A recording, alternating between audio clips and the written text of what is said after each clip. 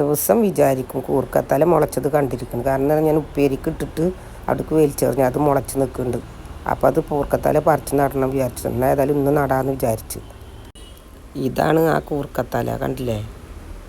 അതിപ്പോൾ നനക്കഞ്ഞിട്ട് എന്താണ് അതിൻ്റെ ഇലകളൊക്കെ കേട്ട് വന്നിരിക്കുന്നത്. എന്നാലും അതിൻ്റെ തണ്ട് കുഴിച്ചിട്ടാൽ ഉണ്ടാവും. അപ്പോൾ ഞാനിന്ന് എന്ത് കാട്ടിയെന്നറിയുന്നു, അതിൻ്റെ തണ്ട് കുഴിച്ചിടാച്ചിട്ടാണ്.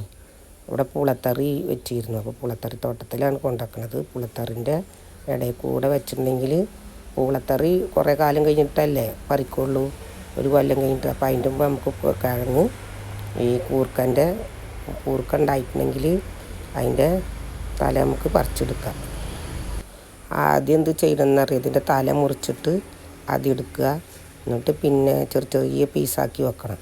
പീസാക്കിയിട്ട് മുറിക്കുക. നല്ല കത്തി കൊണ്ട് ചെറിയ ചെറിയ പീസാക്കണം. എന്നിട്ട് അതിൻ്റെ അടിഭാഗമാണ് മുറിച്ചിട്ട് ഇതാക്കേണ്ടത്. അപ്പോൾ പൂളത്തറിയിൽ കൊണ്ടുവച്ചാൽ പിന്നെ നമുക്കതില്ല. അപ്പോൾ ഞാൻ പണിക്കാരൻ വന്ന് പൂളത്തറി വെച്ചിട്ട് പോയി. മുമ്പ് അയാൾ പോയതിൻ്റെ പിന്നാലെ പൂളത്തറി പോയിക്കുന്നു. കാരണം ഉണ്ടായില്ല. അയാൾ ഓരോ തല വെച്ചിരുന്നത്, എന്നിട്ട് ഉണ്ടായില്ല. അപ്പോൾ ഞാൻ വിചാരിച്ചിട്ടുണ്ടെങ്കിൽ അവിടെ കൊണ്ടുവച്ചാൽ ഏതായാലും പൂളത്തറി ഇല്ലല്ലോ, എന്നാൽ അത് കൊണ്ടാക്കാം. എന്നിട്ട് ഞാനെന്ത് ചെയ്തു, എൻ്റെ മകളെ വീട്ടിൽ പോയപ്പോൾ ബസ്സിലാണ് പോയത്. അപ്പോൾ അവിടെ അവളെ അമ്മായിമ്മ പിന്നെ പൂളക്കിഴങ്ങൊക്കെ ഉണ്ടാക്കും. അപ്പോൾ ഞാനെന്ത് കാട്ടി, അവിടുന്ന് കുറച്ച് തറി എന്താണ് കഷ്ണാക്കി കൊടുക്കും.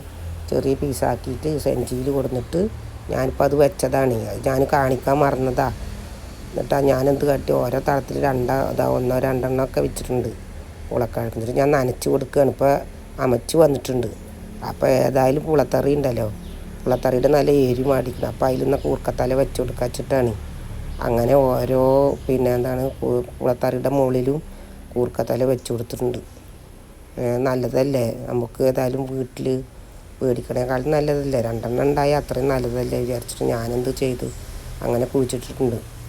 അപ്പോൾ പിന്നെ വെള്ളം അവിടെ തന്നെ ഉണ്ട്, ഡ്രമ്മിലുണ്ട് വെള്ളം, മോട്ടറൊക്കെ ഉണ്ട്. അപ്പോൾ ഡ്രമ്മിൽ നിന്ന് വെള്ളം നനച്ചിട്ട് എല്ലാത്തിലും കുഴിച്ചു കൊടുക്കും ചെയ്യുക. അവർ പിന്നെ അവിടെ ഉണ്ടായിക്കോളും, നമ്മൾ പോകുമൊന്നും വേണ്ട. ഇനിയിപ്പോൾ അതിന് കുറച്ച് വലുതായാൽ എന്തെങ്കിലും വളം ഇട്ട് കൊടുത്താലേ വളം കൊണ്ട് ഉണ്ടായിക്കോളും. ഒരു 2 കൊല്ലം മുമ്പൊക്കെ ഞാൻ കൂർക്ക ഉണ്ടാക്കിയിട്ട് തടം മാടിയിട്ടുണ്ടാക്കിയിട്ട്, ഞങ്ങളെ മണ്ണ് നല്ല മണ്ണാണ്, അപ്പോൾ ചെയ്യും. അങ്ങനെ കൂർക്ക മാടിയിട്ട് ഒരു മുറം ഒക്കെ കിട്ടും കൂർക്ക. പിന്നെ കഴിഞ്ഞാലൊന്നും ഞാൻ നട്ടിട്ടുണ്ടായിരുന്നില്ല.